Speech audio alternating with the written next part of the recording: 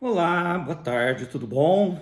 Mais uma vez nós estamos aqui para a nossa meditação de domingo e hoje eu gostaria de falar de um texto bem bacana, bem especial.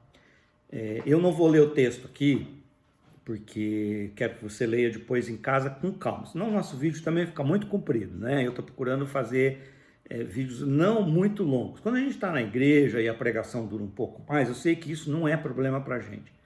Mas eu que estudo um pouco as mídias sociais, entendo que vídeos muito longos não são atrativos, tá? E como os nossos vídeos não visam só a nossa comunidade, a nossa igreja, mas outras pessoas que, graças a Deus, têm assistido, então eu não quero esticar muito.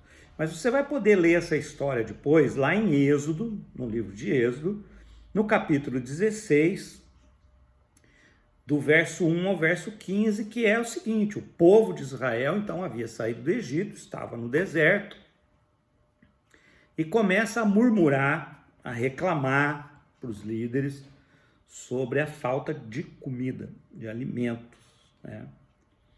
E é lógico que se reclama a respeito disso com razão.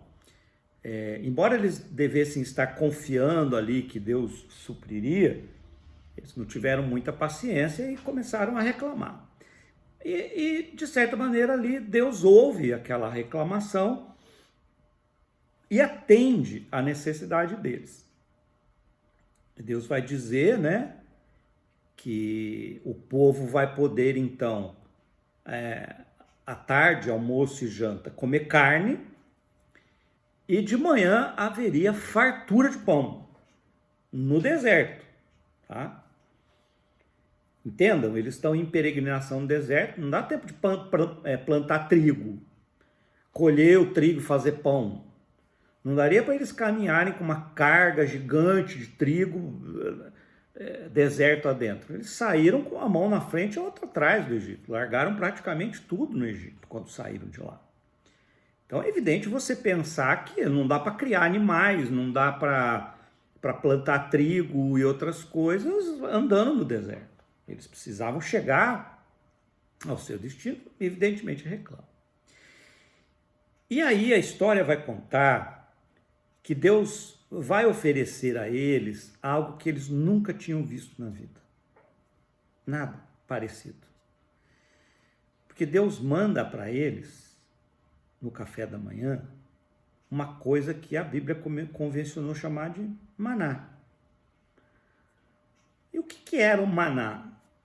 Lógico, né? Ninguém viu o maná, a gente não sabe o que é, não tem um exemplar para a gente dizer, olha, é isso. O que a gente sabe? O que a gente sabe é que o maná era uma coisa que toda manhã, depois que o orvalho se dissipava, ele estava ali para ser colhido no chão, nas pedras do deserto ali, para ser colhido. E que ele era bem pequenininho, mas dá a entender que era um tipo de pão. E evidentemente a gente vai pensar que é um pão sem fermento, então não era um pão com miolo, era muito provavelmente como se fosse uma bolachinha.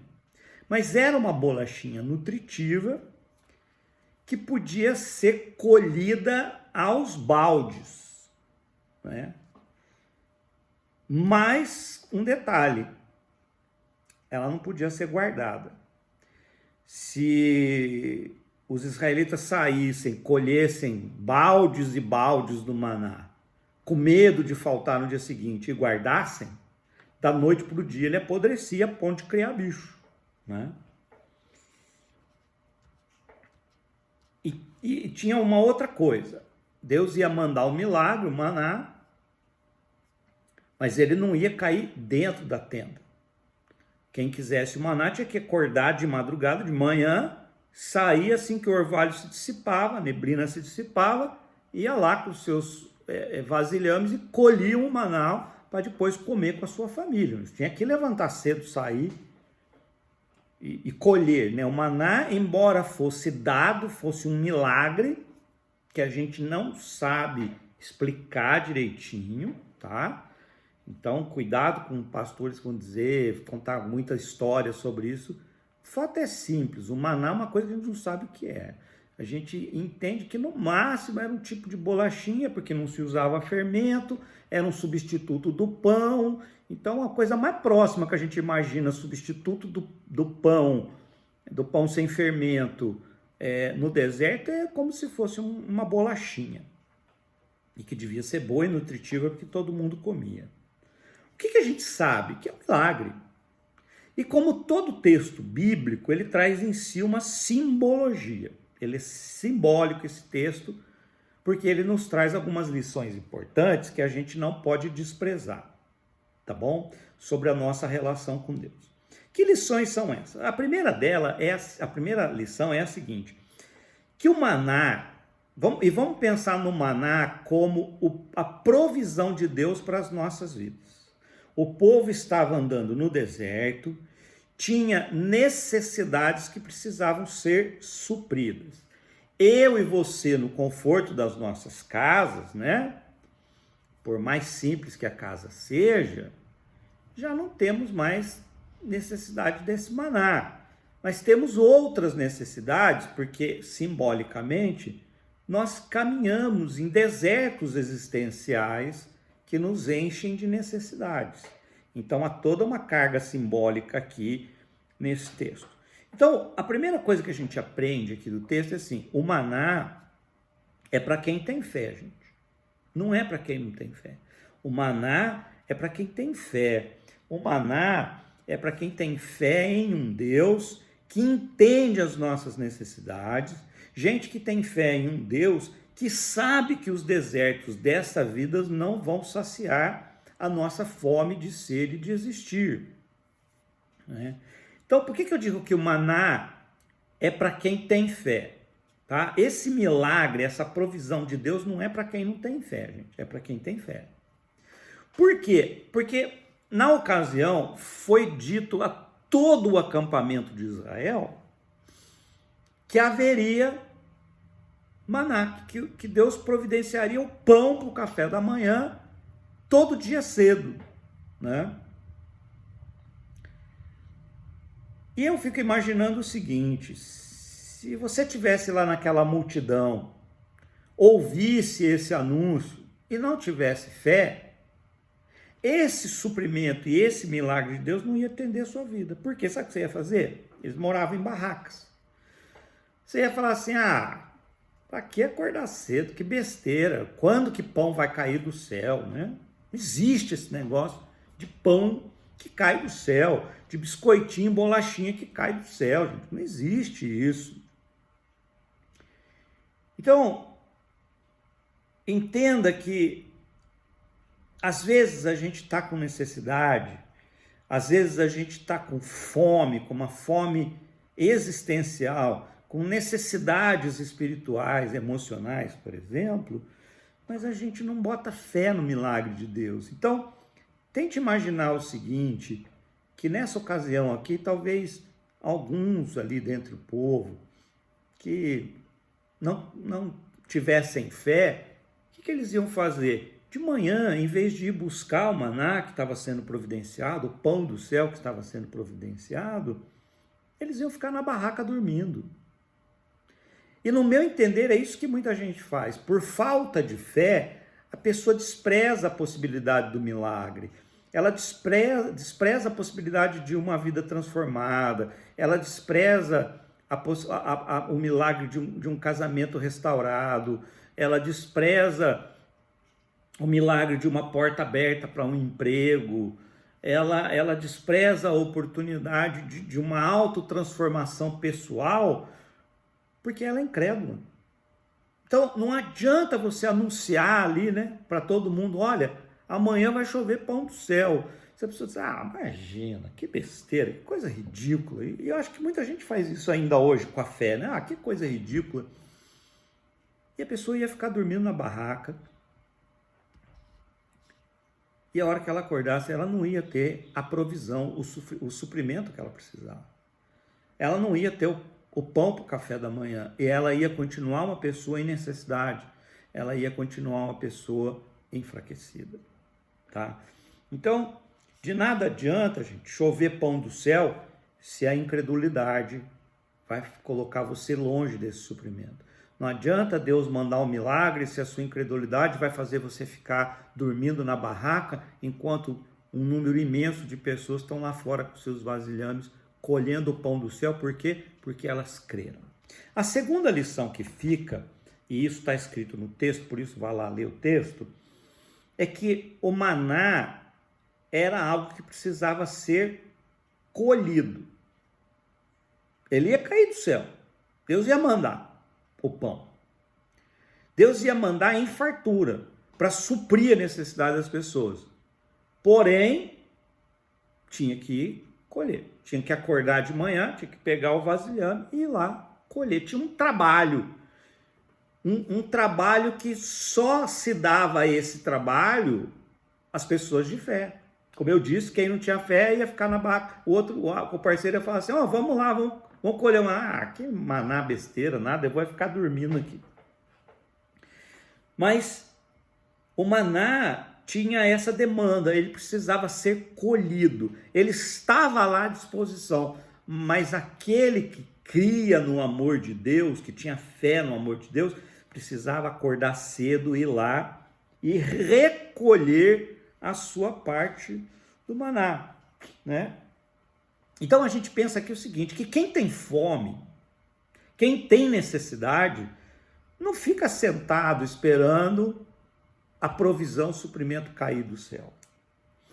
Quem acreditou no maná, mas ficou esperando que o maná ia chover dentro da barraca, também ficou sem comer. Então isso diz muito para nós, porque eu quero dizer uma coisa para você. Se você tem fome, e fome aqui tem muitos significados, né? Se você tem fome, anseio pela solução de uma luta da sua vida, se você tem fome de emprego, de justiça, se você tem fome de amor, se você tem fome de sentido para a vida, você precisa sair da barraca com o seu vasilhame e ir lá fora. Fazer o quê? Encontrar a provisão de Deus para a sua vida, tá? Porque ela não vai cair pronta no seu colo. Eu citei essa frase outro dia, vou citar de novo, que tem tudo a ver. Que é uma frase que eu ouvi uma vez, eu não lembro de quem, mas para mim essa frase é fantástica. Que diz assim, que a Bíblia diz que Deus dá a cada ave o seu alimento. Mas a gente nunca vai ver chover minhoca no ninho. A ave que quer o seu peixe para alimentar seu filhote precisa acordar cedo e ir para a beira do lago para pegar o peixe. Tem peixe em abundância no lago, mas o peixe, ele não vai se despedir da família e falar, gente, tchau para vocês, mas eu vou sair daqui do rio e vou aparecer lá no ninho de uma ave. Então o peixe não vai pegar a malinha dele, caminhar na terra, subir na árvore e se deitar lá no ninho da ave e falar, pronto, agora você pode me dar de alimento para os seus filhotes. Não, é a ave que tem que sair do ninho para encontrar a provisão que ela precisa. Isso é uma lição, gente, espiritual. Então não interessa qual necessidade você tenha, você precisa sair, você precisa ir em busca, porque o que a Bíblia diz é que Deus tem provisão em fartura para os necessitados, mas o necessitado precisa sair e buscar, né? Buscar tem tanto significado, né, gente? Buscar pode ser entregar um currículo, buscar pode ser contar para as pessoas da necessidade que você tem, de repente alguém te diz algo que te ajuda. Buscar é orar, buscar é bater nas portas, né? O Evangelho vai dizer, bater e abrir-se-vos-á. O que não adianta é ficar sentado chorando. Eu vejo muita gente sentada reclamando da vida, reclamando que não tem um amor, que nunca foi feliz no amor, reclamando que tem necessidade disso, daquilo, mas às vezes a gente não vê na pessoa um mínimo de esforço. Deus não falou assim, vocês vão ter que acordar de madrugada e amassar a massa, eu vou deixar uns pacotes de trigo, vocês vão ter que amassar a massa, fazer um forno para ter o pão. Mas, olha, eu vou entregar o maná pronto, é colher e comer. Mas tem gente que não tem disposição de sair da sua comodidade, da sua acomodação, né? E tem gente também que acha o seguinte, que saiu uma vez para colher o maná, o milagre de Deus, o pão do céu, ele depois não precisa mais. Não, gente, olha o texto. O texto diz que Deus tinha uma provisão diária de maná, desse pãozinho. Todo dia você tinha que sair e ir em busca, né, da provisão de Deus para a sua vida. E isso é uma lição espiritual. Todo dia eu, Samuel, preciso ir em busca da provisão de Deus para a minha vida. Todo dia, você que está me assistindo, todo dia precisa sair em busca da provisão de Deus para a sua vida. Eu falei na live de quinta-feira, eu falei sobre isso, né?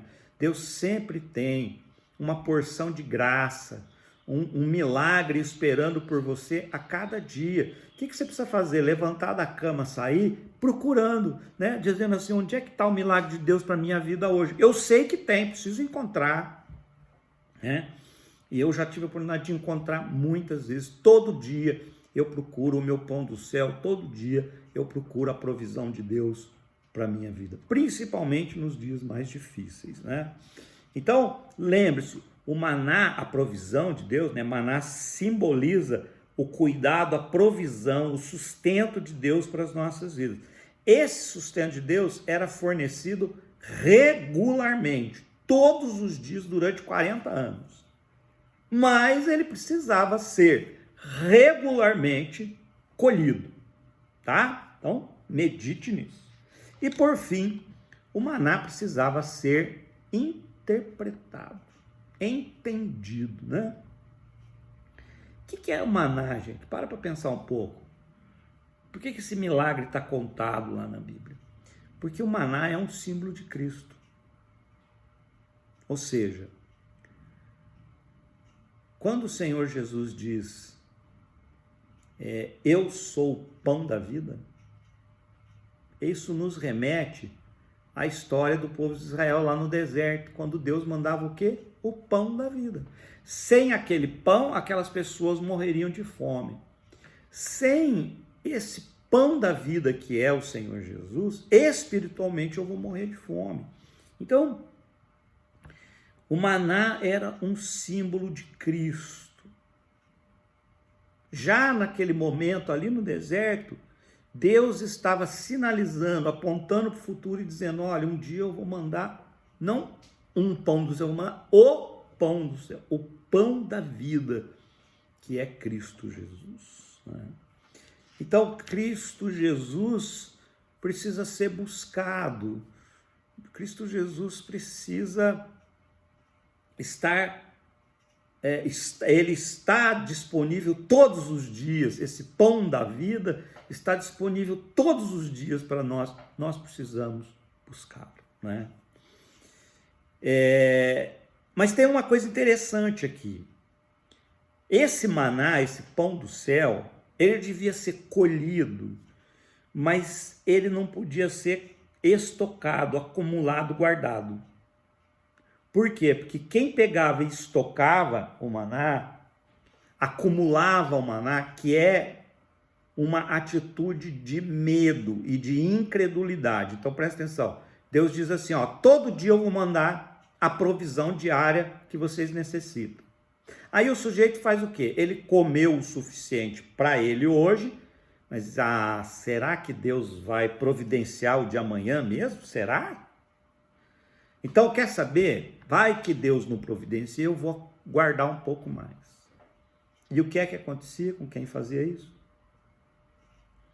No dia seguinte, aquele maná que foi guardado estava podre, apodrecido e cheio de bicho. Tem uma lição espiritual aqui, né? Que a gente precisa guardar. Então é assim, primeiro que a gente precisa confiar na provisão diária de Deus. Não precisa estocar, acumular. Se Deus diz que Ele tem uma provisão diária de graça, se Deus diz que tem uma provisão diária para as suas necessidades, creia nisso, confie nisso, porque Ele vai prover e de formas impressionantemente maravilhosas. Pode ter certeza, eu tenho experiência para dizer isso. Quantas vezes Deus supriu de formas inacreditáveis, maravilhosas, as minhas necessidades, né? Eu não temo pelo futuro, porque eu sei que Deus supre em Cristo Jesus cada uma das nossas necessidades. Então, a gente não precisa estocar, acumular, porque Deus tem o que a gente precisa, né? A outra lição espiritual dessa coisa de não acumular o maná é assim: o maná precisava ser comido, ele não era para ser guardado.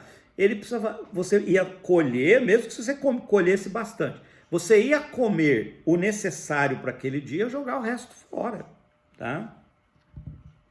Então, qual que é a simbologia aqui?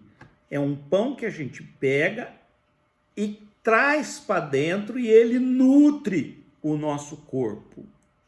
O maná não era para ser estocado, não era para ficar fora. Então, o texto está sinalizando para a gente o seguinte: se Cristo é o pão da vida, ele precisa ser absorvido, ele não é para ser guardado. Então, o que isso quer dizer? Que os ensinamentos de Cristo devem ser praticados, eles precisam se transformar em vida na nossa vida. Os ensinamentos de Cristo não devem ser acumulados enquanto conhecimento e sabedoria a respeito de Jesus. Não, o Evangelho, as mensagens de Jesus precisam ser trazidas para dentro de nós para produzir vida, né? Então, o cristão não é aquele que sabe a Bíblia de cor, aquele que pode citar textos de cor da Bíblia, não é aquele que sabe muito de teologia, não, né? O verdadeiro discípulo de Cristo é aquele que, em tomando para si os ensinamentos de Cristo, os transforma em vida. Então, o que isso significa? Que quem aprende com Cristo ama o próximo, perdoa, luta pela justiça, é solidário, amoroso, acolhedor, bondoso, enfim, né? Tudo de bom, tudo de bom. E pense que às vezes as pessoas não acreditam no Evangelho, sabe por quê? Porque elas veem gente dizendo que é crente com comportamentos terríveis. Gente que não é acolhedora, gente desonesta se dizendo crente. Gente cheia de ódio se dizendo crente. E Jesus diz: isso é errado, né? Tem gente que está guardando o maná, está acumulando conhecimento sobre Cristo, mas não transforma esse conhecimento em vida. Então entendam que os ensinamentos de Cristo precisam sair da nossa cabeça e precisam se transformarem em ações de amor a si mesmo e ao próximo. É isso que quer dizer. Então, não acumule conhecimento sobre Cristo. Pega o conhecimento que você tem e transforme em vida, em prática, né? Porque é isso que o maná fazia, sustentava a vida daquelas pessoas. Essas informações religiosas, teológicas, apenas guardadas e que não são transformadas em vida, apodrecem e criam bicho, né? Tá cheio de gente por aí, né, que a gente vai ver que transformou o conhecimento de Cristo, né, que o conhecimento de Cristo que aquela pessoa tem está estragado e cheio de bicho. Então, cuidado, tá bom? Meditem nessa palavra, leiam esse texto, e o meu desejo é que Deus abençoe a sua vida com essa meditação, tá bom? Um grande abraço para todos vocês. Mais uma vez, vamos continuar orando pelo Brasil, orando pelos doentes, orando para que a Covid se dissipe o mais breve possível como uma névoa, né? Orem pelos nossos governantes. No meu entender, os nossos governantes têm deixado a desejar em termos de estratégia de combate à Covid, mas a Bíblia diz que a gente tem que orar pelos governantes. Vamos orar pelos governantes para que haja luz, sabedoria ali, né, para que as nossas vidas sejam tratadas com maior responsabilidade. Nós estamos num momento onde uma média de 1.500 pessoas morrem por dia. Isso é muito grave, muito grave. Não há nada igual, né? A Covid já superou o número de morte de todo tipo de doença que vocês podem imaginar. Tá? Então não é brincadeira. Então só estou dizendo isso para dizer, orem. Tá? Não é uma discussão política, estou dizendo, orem. Tá bom? Desejo que a minha comunidade, né, continue unida, continue cuidando uns dos outros, orando uns pelos outros. Em seguida, esse vídeo vocês vão ter o vídeo da ceia também, tá bom? E eu vou encerrar aqui com uma oração. Pai amado, mais uma vez, obrigado pela oportunidade que nós temos, mesmo que virtual, de podermos levar uma palavra de conforto, de consolo,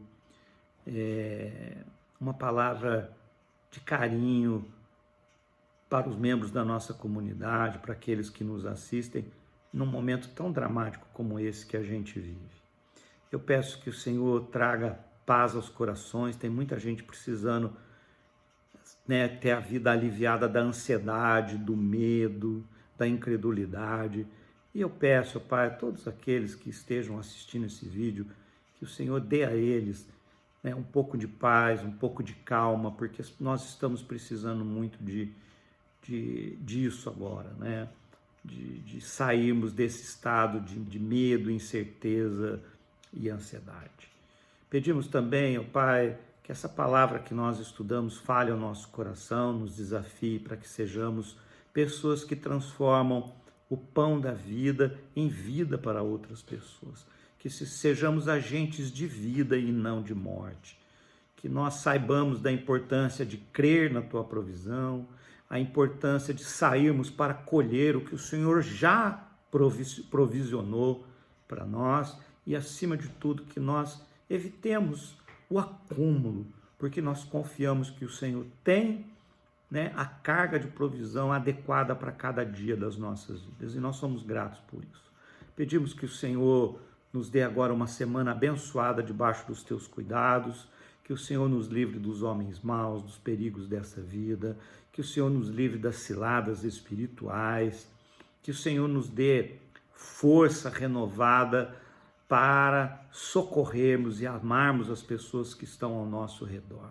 Pai, que possamos viver um evangelho simples, mas efetivo, que qualquer um que olhar para as nossas vidas possa ver em nós a marca do Senhor, possa olhar para nós e dizer, ali vai um filho verdadeiro de Deus, né? Um seguidor do Senhor Jesus Cristo. É isso que nós te pedimos. Fica com os nossos, fica com os que estão enfermos, fica com os que estão cansados de ficar fechado em casa, que o Senhor socorra, ó Deus, as pessoas que não estão podendo trabalhar, os pequenos empresários sem recursos, né, para enfrentar essa pandemia. Pai, que o Senhor tenha para eles também uma provisão diária do Teu socorro, da Tua graça, da Tua bondade. Socorre o nosso Brasil, socorre o nosso povo, chacoalha o nosso governo, Deus, que eles tenham luz, que eles tenham sabedoria em nome de Jesus, é o que nós te pedimos. Nós te agradecemos por tudo e seguimos, ó Pai, cada dia na nossa vida, confiados no Teu poder, no Teu amor e no cuidado que o Senhor tem para com as nossas vidas.